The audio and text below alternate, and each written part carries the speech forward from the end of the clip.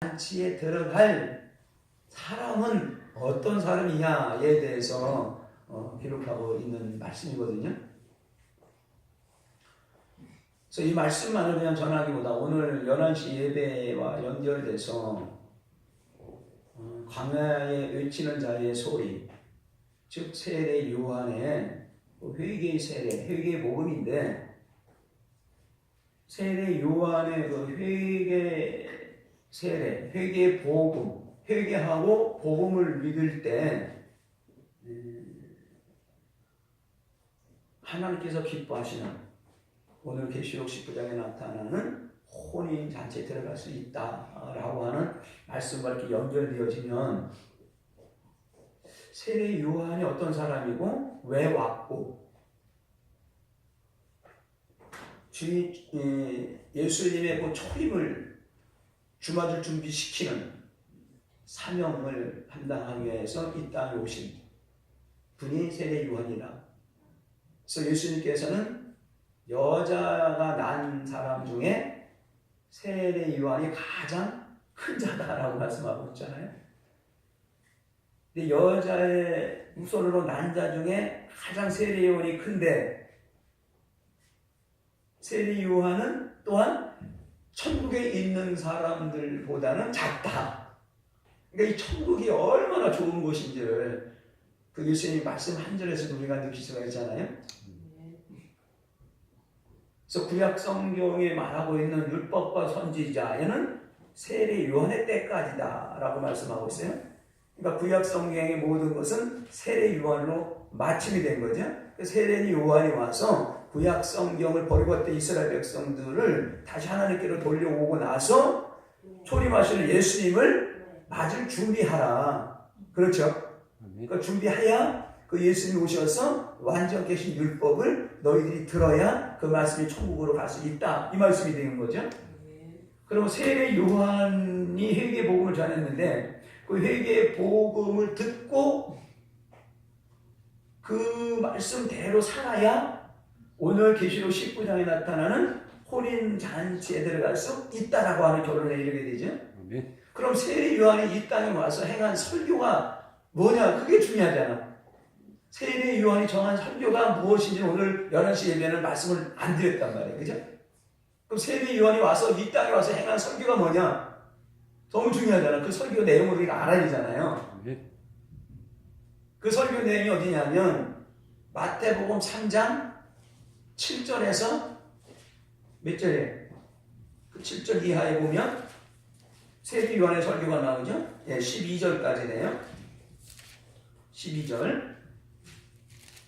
그러니까 마태복음 3장도 오늘 마가복음 1장 11시 예배에 드렸던 그 말씀이 지금 마태복음 3장에 기록하고 있는데 세례 요한의 설교입니다. 3장 1절로부터 이제 세례 요한이 왜 왔는지, 그거는 오늘 본문 말씀 마가복음 1장하고 같고, 그죠? 6절에 보니까 자기들의 죄를 자복하고 요단강에서 그에게 세례를 받더니라고 말씀하고 있잖아요. 이것이 오늘 본문 말씀 마가복음 1장 1절하고 똑같은 말씀이죠. 그죠? 죄사함을 받게 하는 회개의 세례를 전파하니 예루살렘의 모든 사람이 나아가 자기 죄를 자복하고 요단강에서 그에게 세례를 받더라. 그죠? 그러니까 많은 사람들이 요한이 세례를 베풀 때 나와서 물 세례를 받았다라는 말씀을 지금 하고 있어요. 그죠? 요단강에서. 그리고 7절부터 12절까지가 세례 요한의 설교의 핵심이 되는 겁니다. 그죠?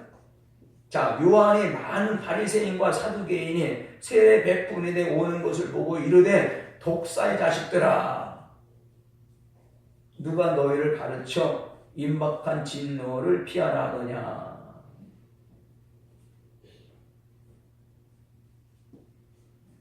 세례 요한이 물 세례를 요단강에서 베풀 때 많은 사람들, 세리, 창기, 죄인들은 요한 앞에 나와서 세례를 받았어요.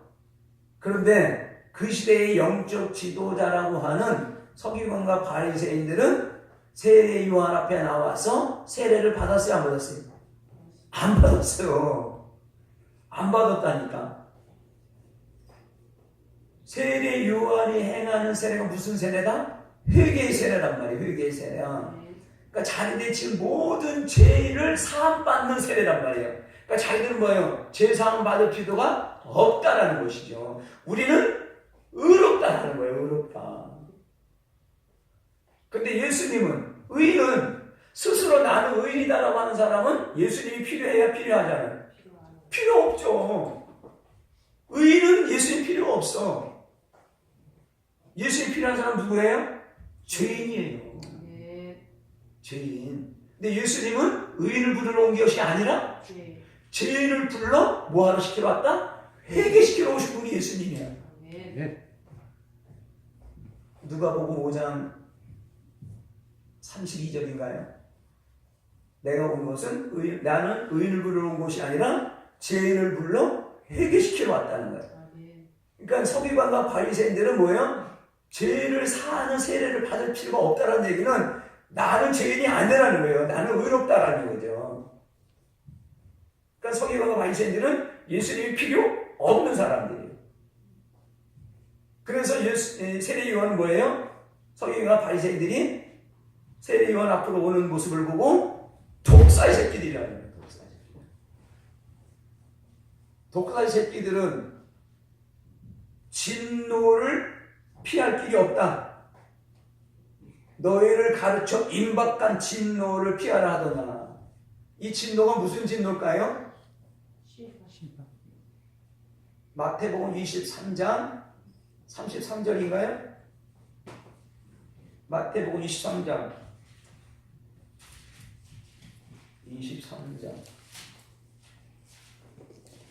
33절이네. 네, 맞아요. 자, 마태복음이 40장 24장 33절.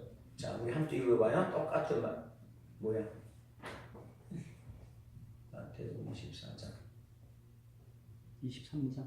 응? 23장. 23장. 33절.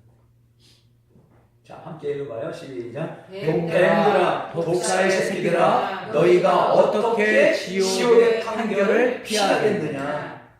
화 있을진저, 화 있을진저, 화 있을지. 23장에 보면, 마태복음 23장에 보면 예수님께서 서기관과 바리새인들에게 엄청나게 지금 질책을 해요. 화 있을진저 7번씩이나.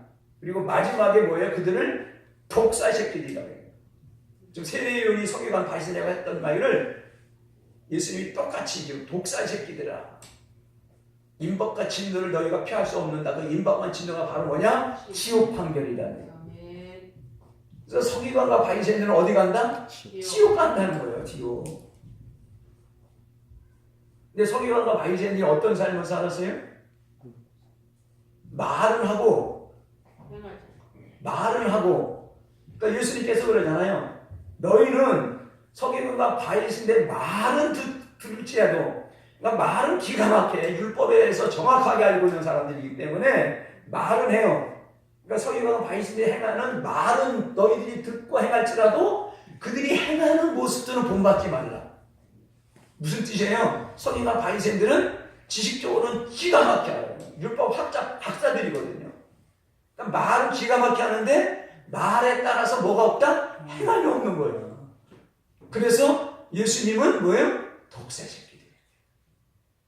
그래서 행함이 없는 믿음은 죽음이 이들이다. 그래서 야고보가 이해가 되는 거죠. 아멘.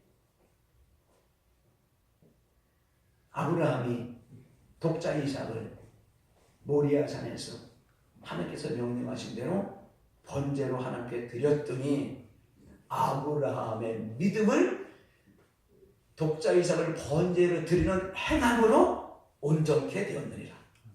할렐루야. 네. 우리의 믿음은 온전해져야 돼요. 네. 무엇으로? 행함. 할렐루야. 네. 그래서 지금 세례 요한 혈교를 통해서 그 시대의 영적 지도자, 아니 이 시대를 살아가는 하나님의 말씀을 전하는 영적 지도자인 주의 종들이 말은 하고 행하지 않는 외식하는 자라고 한다면 계시록 19장 마지막 부분에 짐승과 거짓 선지자를 하나님께서는 제일 먼저 산채로 불못에 던진다는 거예요. 다 이유가 있는 거지.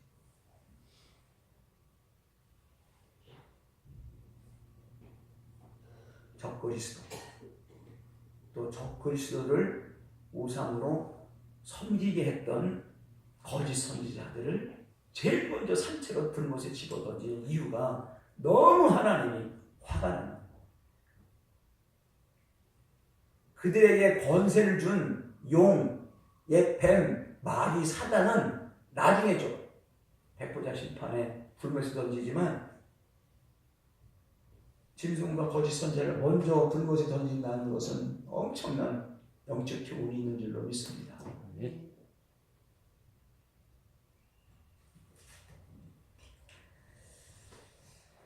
자, 7절, 8절 한번 또 읽어봐요.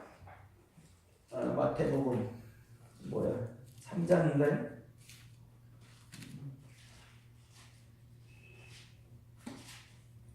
8절. 함께 읽어봅니다.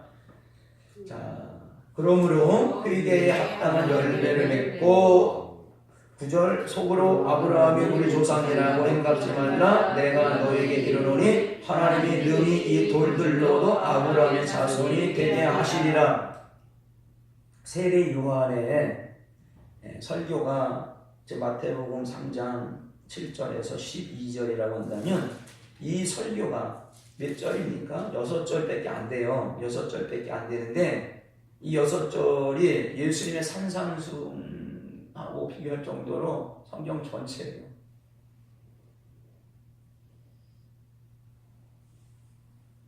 말씀 받고 회개하고 복음을 믿어라 라고 하는 그대로 지금 세례 요한의 설교가 다 기록되고 있는 줄로 믿습니다.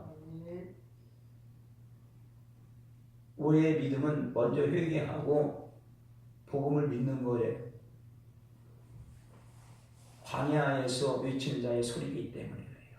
교회 안에서입니다. 세상 사람들에게 외치는 소리가 아니라는 것이죠. 복음은. 그래서 교회 안에서 하나님의 은혜로 교회 생활하는 저와 여러분들에게 하나님의 언약의 말씀을 주시는데 그 말씀 나라 순종하며 살아가야 천국 갈 수 있다는 것을 결론하고 있어요. 12절에 심판하고 있다는 얘기죠. 성경의 모든 설교에 심판의 결론을 내리면 성경 전체예요. 맞습니까? 네. 그래서 세례 요한의 설교의 가장 중심된 교훈이 바로 뭐냐? 회개에 합당한 열매를 맺어라. 네. 회개에 합당한 열매를 맺어라. 이것이 뭐예요? 회개에 합당한 열매를 맺어라는 이 한 말씀이 성경 전체다는 얘기죠. 맞습니까? 네. 회개하고 복음을 믿어라는 거예요. 회개에 합당한 열매가. 회개했으면 회개에 합당한 열매를 맺으라는 거예요. 할렐루야. 그러면서 세례 요한이 말합니다. 회개에 합당한 열매를 맺어야 되는데 서기관과 바리새인들은 속으로 나는 아브라함의 자손이니까 죄인이 아니고 의인이니까 자칭 우리는 천국 갈 수 있어 라고 한다는 얘기죠. 맞아요? 세례 요한이 그 얘기하는 거예요. 속으로 아브라함이 우리 조상이라고 생각지 말라. 내가 너에게 이르노니 하나님의 능히 이 돌들로도 아브라함의 자손이 되게 하시리라 라고 말씀하잖아요. 그러니까 아브라함의 자손이라도 반드시 천국에 들어가려면 어떻게 해야 된다? 회개에 합당한 열매를 맺어야 된다. 그러니까 회개에 합당한 열매를 맺지 못하면 천국 갈 수 없다라고 하는 결론을 내리게 됐죠. 할렐루야. 맞습니까? 아멘. 그래서 아브라함의 자손 된 게 중요한 것이 아니고 아브라함의 자손이 됐다라고 하면 아브라함의 자손을 만드는 하나님의 목적대로 이루어야 된다는 얘기죠. 그러니까 회개에 합당한 열매를 맺는 것이 뭐예요? 다시 연결되면 우리를 하나님이 창조하신 목적된 삶을 살아가다. 그러니까 회개에 합당한 열매를 맺는 삶이 바로 하나님께서 우리를 창조하신 창조의 목적대로 사는 것이 회개에 합당한 열매를 맺는 것이다. 할렐루야. 그래서 회개에 합당한 열매를 맺어야 천국 간다고 한다면 마태복음 전체는 천국 들어갈 수 있는 방법을 기록한 것이 마태복음이다. 아멘. 그러니까 마태복음만 잘 읽어보면 우리가 어떻게 천국 들어갈 수 있는지 천국 들어갈 수 있는 방법을 기록한 거예요. 근데 많은 사람들이 마태복음 많이 읽잖아요. 연초에 올해는 성경 일독 정말 한번 해야지 라고 결심하고 제일 먼저 읽기 시작한 게 구약은 좀 딱딱하니까 신약부터 해서 마태복음도 읽는. 그래서 많은 예수 믿는 사람들이 마태복음을 많이 읽어. 근데 마태복음 읽는데 마태복음에 기록되고 있는 천국 들어가는 길들을 잘 몰라요. 마태복음 전체는 천국 들어갈 수 있는, 천국에 들어가는 구원, 영원 구원에 이르는 방법들을 15번씩 이상씩 기록하고 있어요. 이런 것을 우리가 성경 읽으면서 발견해야 될 줄로 믿습니다. 할렐루야. 그래서 하나님은 아브라함의 자손 만든 게 중요한 게 아니야. 그러니까 아브라함의 자손이 됐다면 아브라함의 자손 맞습니까? 좋아요, 여러분? 아멘. 아브라함이 하나님 믿음이 하나님이 그 의를 인쳐줘서 믿음의 조상 삼았고 예수 그리스도 안에 속한 자면 저와 여러분은 아브라함의 자손이기 때문에 아브라함의 약속하신 유업을 이을 약속을 받았단 말이에요. 할렐루야. 아멘. 갈라디아서 3장 29절에 보면 그 말씀을 드리고 있어요. 저와 여러분 예수 그리스도 안에 속한 자 맞습니까? 아멘. 예수 그리스도 안에 속한 자면 누구의 자손이에요? 아브라함의 자손이에요. 그러니까 아브라함의 자손이면 아브라함의 약속한 유업을 이을 약속을 받았단 말이에요. 약속. 아브라함의 주시고자 한 유업은 천국이에요. 천국의 유업을 받을 약속을 받았어요. 약속을 이룬 게 아니에요. 약속을 받았지만 약속을 이루기 위하여 우리는 힘써 말씀에 순종해야 된다. 그 히브리 기사를 통해서 그러므로 너희는 두려워해라. 약속을 받았지만 그 약속에 이르지 못할 자가 있기 때문에 두려워하라. 이스라엘 백성들처럼 그들은 아브라함의 자손이기 때문에 가나안을 들어갈 하나님이 약속을 했지만 가나안 땅에 들어갈 약속을 받았지만 그 약속을 이루지 못했기 때문에 광야에서 다 멸망받았다는 이해가 됩니까? 네. 그래서 아브라함의 자손 된 게 중요한 거 아니라 아브라함의 자손을 만드신 목적이 뭐냐? 그 목적을 이루는 게 너무 중요하다. 그래서 하나님께서 이 돌들로도 아브라함의 자손을 만들 수 있다는 거예요. 그 말씀을 지금 9절에 말씀하고 있죠. 자, 9절에 그 말씀하고 있는 거예요. 속으라고라 우리 조상이라고 생각지 말라. 내가 너에게 이르노니 하나님이 능히 이 돌들로도 아브라함의 자손이 되게 하시리라 라고 하면서 10절에 이렇게 말합니다. 함께 읽습니다. 10절 시작. 이미 도끼가 나무 뿌리에 놓였으니 좋은 열매 맺지 아니하는 나무마다 찢겨 불에 던지우리라.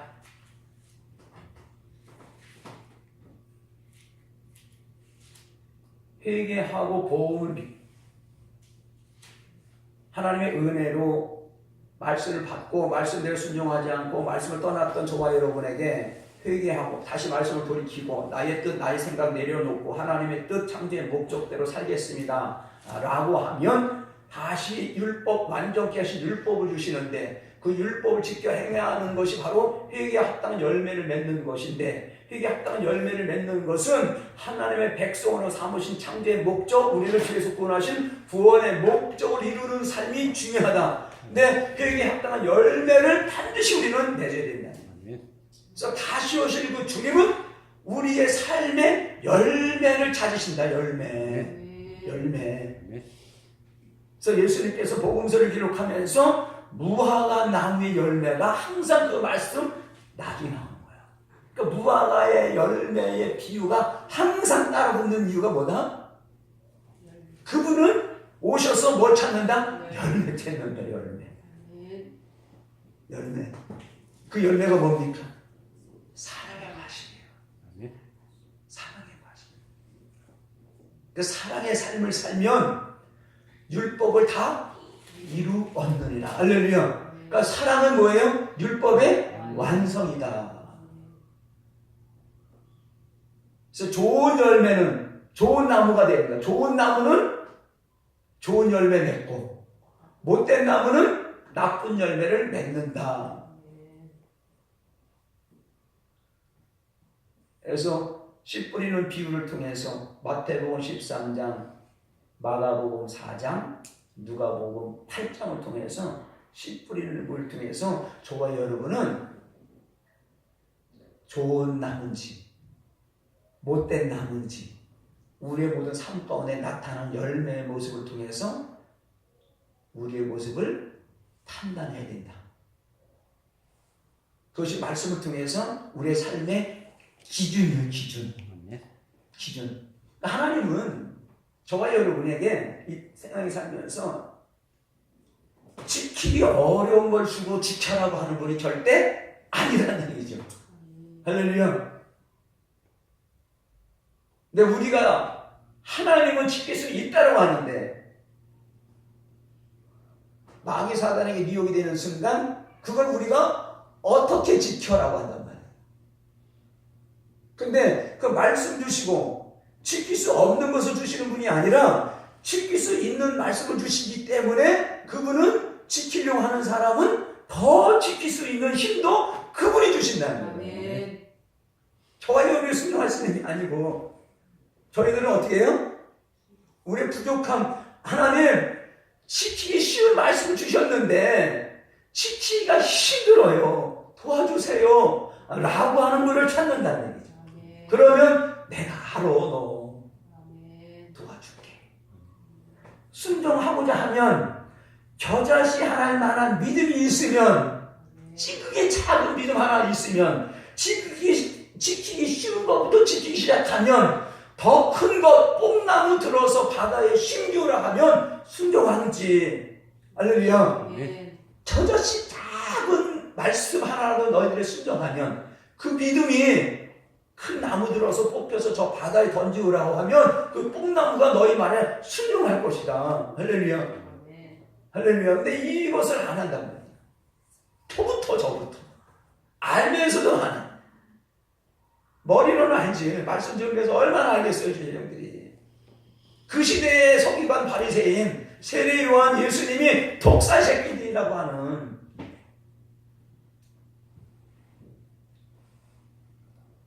이 못하게 하는 것이 마귀 사단이라는 얘기지.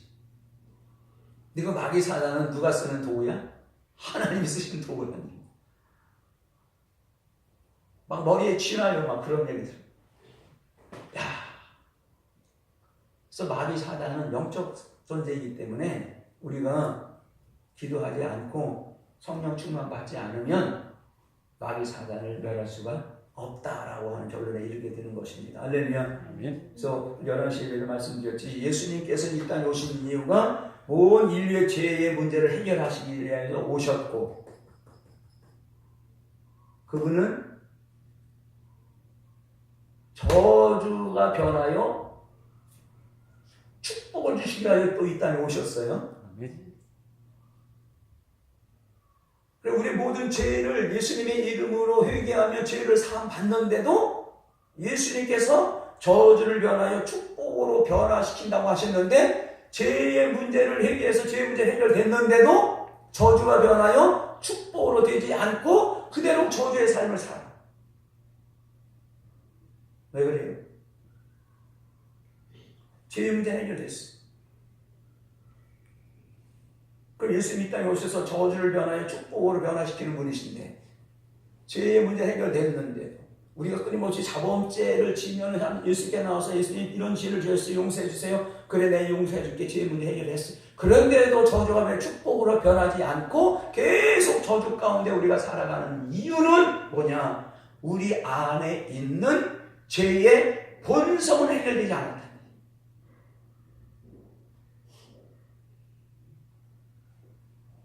그래서 죄의 본성이 해결되기 있는 방법을 예수님께서 요한일서 3장 8절에 보니까 마귀를 멸하러 오신 분이 또 예수님이다. 할렐루야. 이스라엘 백성들이 가나안 땅에 들어가서, 가나안 땅에 들어가면 제일 먼저 해드릴 것이 뭐냐? 가나안 땅에 있는 7 족속을 멸하라는 거예요. 근데 그들이 가나안 족속 7족속을 멸하지 않으므로 그들이 오히려 그들의 올무가 되었다는 얘기죠.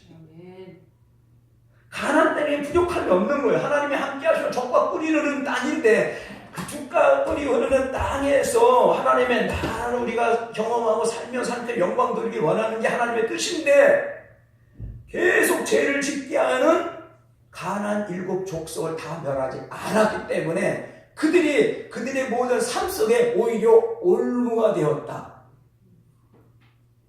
저와 여러분이 끊임없이 생활하면서 죄를 짓고 죄상을 받지만 계속 저주가 변해 축복인 삶을 살아가지 못하는 것은 우리 안에 있는 죄를 짓고자 하는 이 죄의 본성이 해결되지 않았다는 거예요. 그러니까 죄의 본성을 우리가 해결할 수 있는 방법은 예수님의 이름으로 오신 성령을 힘입어 귀신을 쫓아내면 하나님의 나라가 이미 임하였느니라. 할렐루야. 그래서 예수님께서는 성령으로 잉타하시고 세례 요한으로부터 물세례를 받되 성령의 비둘기처럼 예수님의 성령의 세례가 임하고 누가복음 4장 1절에 보니까 성령 세례 받은 걸로 끝난 게 아니라 예수님은 성령에 충만하셨고 성령에 이끌리시고 성령의 권능으로 모든 사역을 하셨고 성령의 힘으로 십자가 지셨고 성령의 힘으로 부활하셨고 부활하신 예수님은 성령을 힘입어 하나님의 나라 일을 사실 땅을 선포하시고 부활승천하시기 전에 그 부활하신 모습을 목도한 많은 사람들에게 너희들이 몇 날이요? 아버지께서 주시고자 하시는 약속까지 성령의 세례를 받기 전에는 이 예루살렘 떠나지 말라. 할렐루야. 그래서 이 성령을 받아야 예수님의 모든 탄생과 죽으심과 부활 전체가 성령의 사역이라고 한다면 예수님 마지막 부탁한 것이 성령 세례 받으라고 한다면 이 성령을 받아야 성령의 충만함을 받아야 원수 마귀 사단 죄성까지 뽑아내고 저주가 변하여 축복으로 변하게 될 수 있는 삶을 살아갈 수 있다. 할렐루야. 이것을 확정한 사람이 누구예요? 베드로예요. 사도행전 10장 38절에 보니까 하나님께서 나사렛 예수에게 성령과 능력을 기름 붓듯 하셨음에 그가 두루다니며 예수님이 두루다니며 착한 일을 행하셨고 착한 일은 하나님의 성품 선은 뭐예요? 하나님의 성품 성령과 능력을 기름 부으셨다. 능력은 뭐예요? 사도 바울 사울이 사도행전 9장에 다메섹상으로 말을 타고 예수 삼는 사람들을 붙잡아라 갈 때에 부활하신 예수님을 어떤 모습으로 만났어요? 인격적인 성령님을 만난 줄로 믿습니다. 이것이 하나님께서 나사렛에게 부어주신 성령이에요. 인격적인 성령을 만나서 그 사울이 변하여 바울이 된 것처럼 할렐루야. 그 성령님을 인격적으로 만나야 돼요. 인격적인 성령을 만나지 않으면 우리의 모든 성성은 변할 수가 없어요. 변한 것 같지만 변할 수가 없어요. 살아계신 하나님을 성령님을 인격적으로 만나야 되는 줄로 믿습니다. 인격적으로 만난 그 사울이 다마섹에서 아나니아에게 안수를 받을 때 이 능력이에요. 이게 성령의 능력이에요.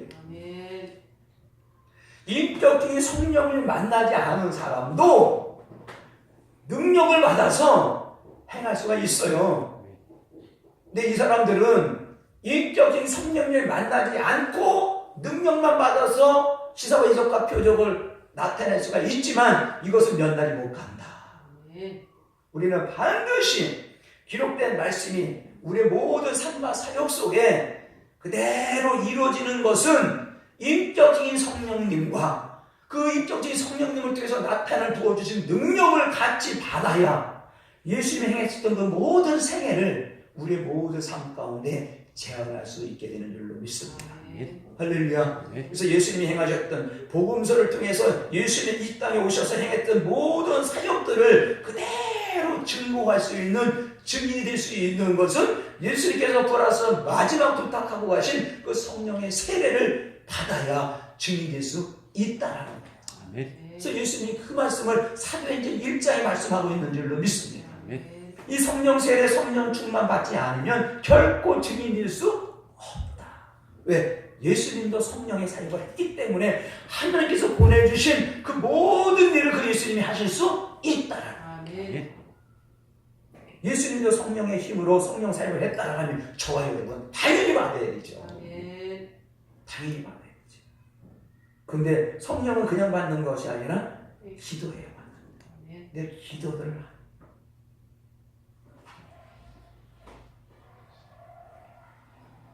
성령은 그냥 받는다. 예수 그리스도의 이름으로 세례를 받고, 세례가 뭡니까? 오늘 물세례, 회개 세례예요. 회개 세례를 받고 회개해서 뭘 받으라? 제사를 받으면 성령을 선물로 주시리라. 할렐루야. 네.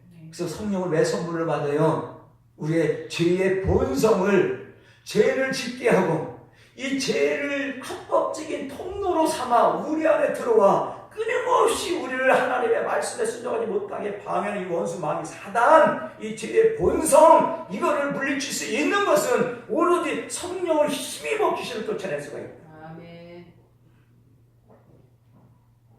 그러니까 성령을 받으면 말씀에 순종할 수도 있고 귀신 쫓아낼 수 있는 힘도 있기 때문에 내 이름으로 보내신 또 다른 부에서 성령이 오시면 그 성령께서 예수님이 행하셨던 모든 것을 가르쳐 주시고 생각나게 해주시고 그 성령님은 저와 여러분에게 영원히 거하시기를 원하신다. 아멘. 할렐루야. 아멘. 그 성령님은 진리의 영이고 기도의 영이고 할렐루야. 아멘. 그래서 성령님 우리는 항상 인격적으로 모셔드리고 인정하고 환영하는 저와 여러분이 되어지기를 주님의 이름으로 부탁합니다. 아멘. 아멘. 그래서 성령이 이렇게 중요한 거예요. 그래서 우리 순복음 성령교회가 너무 좋은 거예요. 아멘. 순복음 섞이지 않은 하나님의 말씀, 성령, 말씀과 기도. 이영 목사부터 시작해서 2017년도 말씀을 알면서도 행하지 못했던 것 철저히 얘기하시고 다시 한번 남은 기간 앞으로 다가올 2018년도 하나님께서 공급한 힘으로 우리의 뜻을 이루는 것이 아니라 하나님께서 하나님의 뜻을 이루기 위하여 저와 여러분 한 사람 한 사람을 붙잡아 사용하시는 도구들이 되어지기를 주님의 이름으로 축복합니다. 예. 하나님 붙잡아 사용하시는 도구들은요 하나님께서 사용하시는 하나님의 분사이기 때문에 생활에 매이지 않도록 하나님께서 모든 것을 교통정리 다 해주십니다. 아멘. 우리가 하려니까 안 돼.